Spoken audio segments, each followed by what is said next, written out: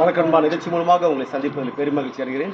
வாழ்க்கையை வெற்றி பயன் நோக்கி பயணம் செய்து கொள்வது இந்த பயணங்கள் நல்ல முறையில் வெற்றி பெற என் அன்பின் வாழ்த்துக்கள். நீங்கள் நல்லா இருப்பீங்க. இப்போ இருக்கிறத விட 1000 மடங்கு அதிகமாக முடியும். நம்ம சேனைகள் கர்த்தத்தாமே அவர் சொல்லியபடி உங்களை ஆசீர்வதிப்பாராக. நல்லா கவனிச்சு பாருங்க. இன்னைக்கு எல்லாருமே என்ன பிசாசை கட்டுறேன் சொல்றாங்க. நல்லதான் பாருங்க. ஆனால் எதை கட்டணும்? 2 காரியத்தை கட்டணும் பாருங்க. ஒன்று, வாயில் சாப்பிட்ற உணவை கட்டணும். இந்த உணவுகளாகப்பட்டது நம்ம சரீரத்தில் எஃபெக்ட் ஏற்படுத்துமா, எனர்ஜி ஏற்படுத்துமான்னு சொல்லிட்டு, ஓகேங்களா? 2வது, மனதை கட்டணும். இந்த மனது என்னென்றால் நீங்கள் பேசுகிற வார்த்தைகள் பாருங்கள். உங்கள் வாயிலிருந்து புறப்படுற வார்த்தைகள் என்ன வார்த்தையாக இருக்கணும்? விசுவாசம் கொடுத்துதான் வரணும். விசுவாசம் இல்லாதபடி சபிக்கப்பட்ட வார்த்தைகள், மற்றவங்க குறை சொல்கிற வார்த்தைகள், பேடான வார்த்தைகள், இதை முதல்ல கட்டணும். அதில் சாப்பிட்ற தவறான உணவை சாப்பிட்ற வாயை கட்டணும்.